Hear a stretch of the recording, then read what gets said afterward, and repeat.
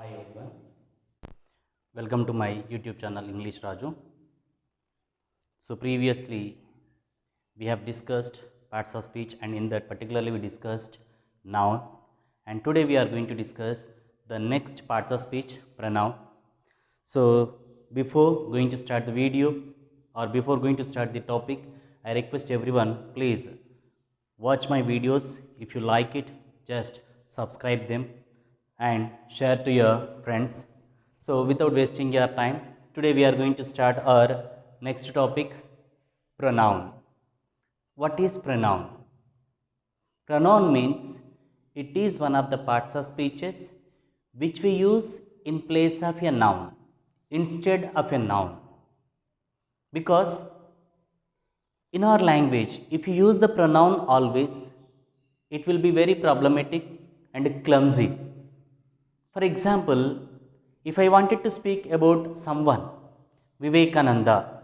Vivekananda was born in Pachim Bengal. Vivekananda has grown up. Vivekananda has completed his BA English Literature. Vivekananda has met Ramakrishna Paramahamsa. Vivekananda went to America. Vivekananda has given speech in Chicago. See, if I use the Vivekananda, we are getting a little irritation somewhere. It won't look beautiful. But instead of that, Vivekananda was born in West Bengal, has grown up and completed his BA English Literature, later met Ramakrishna Paramahamsa, and finally went to America, has given the speech in Chicago. See how beautiful it is. So instead of a name, of course, name is compulsory, noun is compulsory, but the repeating of noun may feel us somewhat clumsy. That's the reason the pronoun is compulsory in our life. It's very important. Pronoun is very important. Then, what are the words we generally use for pronoun? I, we, you, he, she, it, they. These are the main pronouns which we generally use. The main pronouns are I, we, you, he, she, it, they. And according to their meaning, I means I am, we, group, plural, you, the listener, he, someone, she, someone, it, something, they might be plural. A person or a group of people or a group of things, it might be any. And especially if you consider this it is considered as impersonal thing. It is considered as impersonal thing. That's the reason we call it as impersonal pronoun. Pronoun means which we use in place of or instead of a noun is the pronoun, and these seven are the main pronouns, and among these seven, specially we consider this it as impersonal pronoun as we are using it for the things, and remaining six considered as personal pronoun. Here we have discussed two types of pronouns, personal pronoun and impersonal pronoun. So personal pronoun are six, impersonal is one. And according to their usage, we have divided them into three categories: first person, second person, third person. First person means speaker, whoever speaks. Second person means listener. And third person means about whom or about what we discuss, that is the third person. So first person speaker, second person listener, third person about whom or about what we discuss. Am I clear here? So in this first person we have two words, I and we. And I is the first person singular according to its meaning, and we is the first person plural according to its meaning, and you is the singular as well as plural, but in our English we consider always it as plural. So second person is always plural, and third person, he is a singular, she singular, it also a singular, but they is the plural. First person, second person, third person. First person speaker, I, we. Second person listener, you. Third person, he, she, it, they, about someone or something. That is the first, second and third persons. So first thing we discussed personal pronoun, second impersonal pronoun, and these personal and impersonal divided into three categories, that is first, second, third person, because these three persons are the most useful in our tenses. That's the reason I have given this description over here. And next, generally when we write a sentence, as we discussed in the previous video, we generally start with subject, and these are the subject forms. And when we start a sentence with these forms, we consider them as active voice. And for this, the object forms also there for I, me, we, us, you, he, him, she, her, it, they, them. And of course these are the object forms for these subject words. Suppose I went to market is the subject. I went to market, I is the subject. Suppose English is taught by me, is the object position. The meaning is okay, almost similar, but the position of subject and object is different. When we use this word in the subject form, we use I. The same word if you use it in object form, we need to use me, because English is taught by me, but you should not say English is taught by I. Okay, so subject forms and object forms. And next category, personal completed, impersonal completed, and third type of pronoun is possessive pronoun. What is the meaning of possessive? Belong. The meaning of possessive is belong. Generally, if you observe the kids below 2 to 3 years, whatever they touch, whatever they see, they feel it is mine, I don't want to give. Even they start fighting also for that. Even it is a penny or if it is a chocolate also, they are ready to fight with us. They are ready to argue with us. That is called as possessive nature, belonging nature, owning nature. And here if you consider the I, we have two possessive forms, mine, my. We means ours, our, yours, your. And here we have only one word, that is his. And again she, hers, her, it, its, only one word. They, theirs and their. So both the words mine and my, both the words considered as possessive forms. Then what is the difference between mine and my? Simple logic. This is mine. This is mine. It is an individual word. This is an individual word. It won't depend on any other noun to complete its meaning. Independent. So it is perfectly possessive pronoun. It is perfectly possessive pronoun. But when it comes to the my, this is my. Is the sentence completed? Yeah, it is incomplete. That means here to complete it we need another word or another noun. It is my pen. It is my book. In such a way we need to depend on some other. So it is a dependent possessive pronoun. Dependent possessive pronoun. So both the words are pronouns only, but we consider this as an independent possessive pronoun, and this is dependent possessive pronoun. And of course when you go to the adjective topic, we call it as an adjective. What kind of adjective? Possessive adjective. Because when some noun is described, we consider it as an adjective. So here my pen, my room or classroom, when we describe these words, they are followed by some nouns. They are describing some nouns. So automatically we call them as possessive adjectives. Okay, that we shall discuss in the adjective topic, but right now just think these are the possessive adjectives. Possessive adjectives. And next, reflexive and emphatic pronouns. Reflection means I, myself.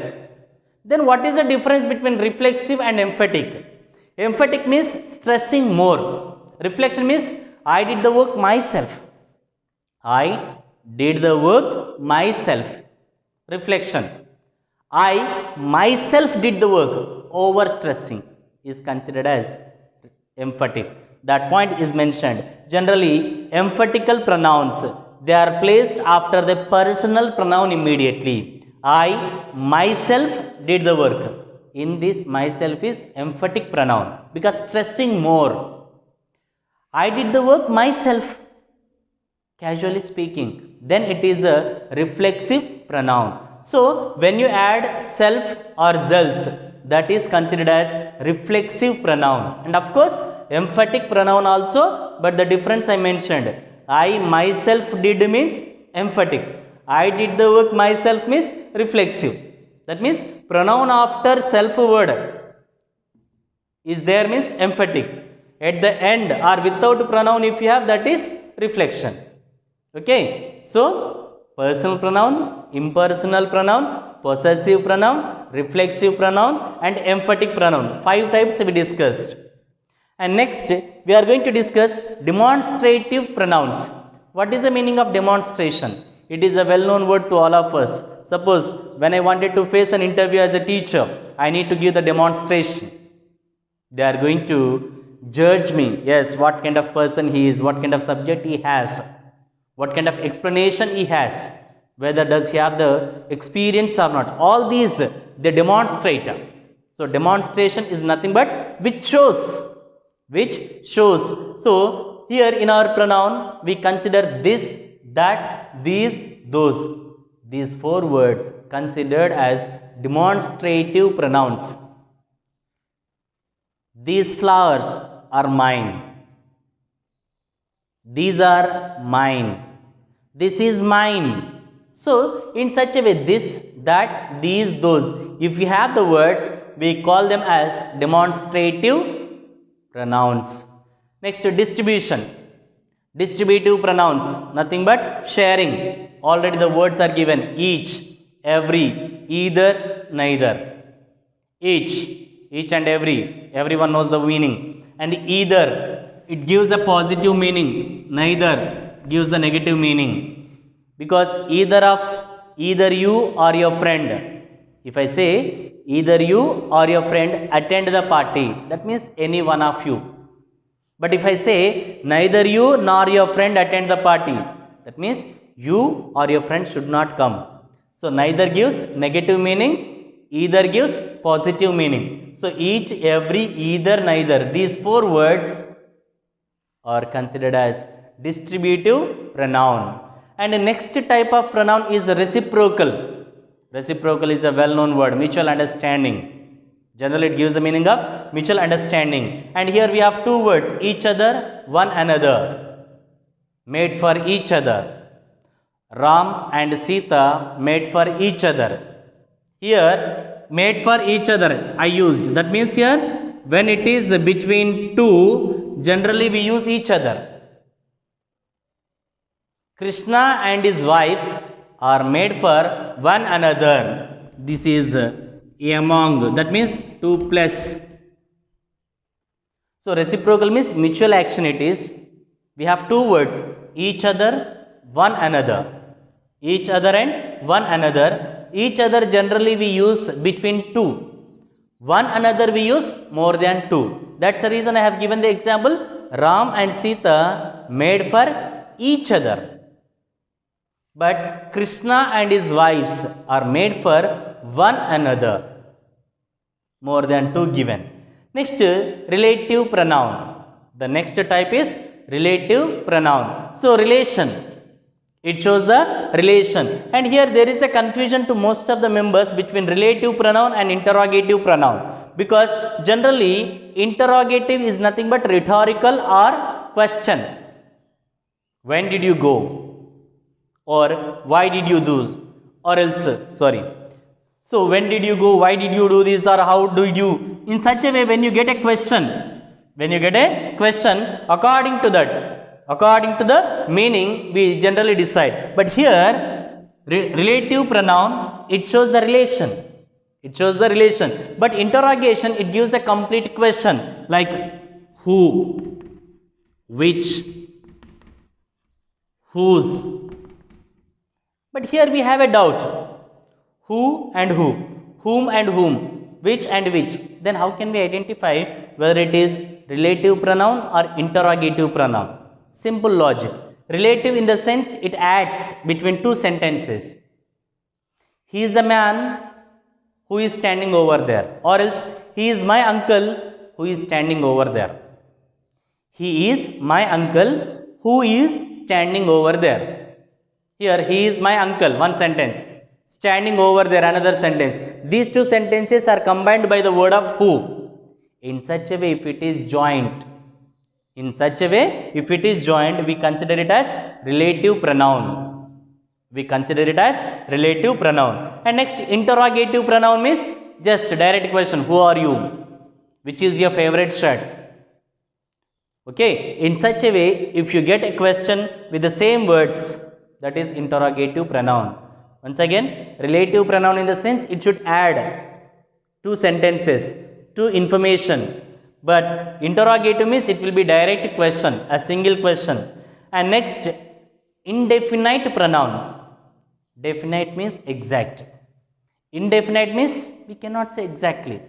Though we cannot say exactly, we use in place of a noun. Like someone. Who is that? We do not know. But we are using instead of a noun. Somebody, everyone, everybody, no one, one, all. So there are some words. Which we generally use in place of a noun without knowing. Such kind of words considered as indefinite pronoun. So these are the major types of pronouns which we have to know. So once again, pronoun means which we use instead of a noun.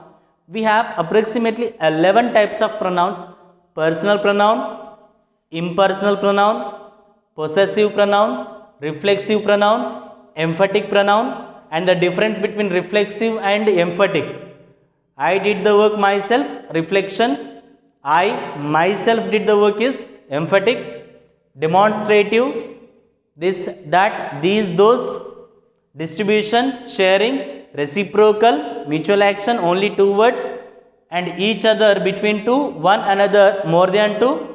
Relative, it shows the relation between two sentences, but the same words if you use as a question, then we call them as interrogative pronouns.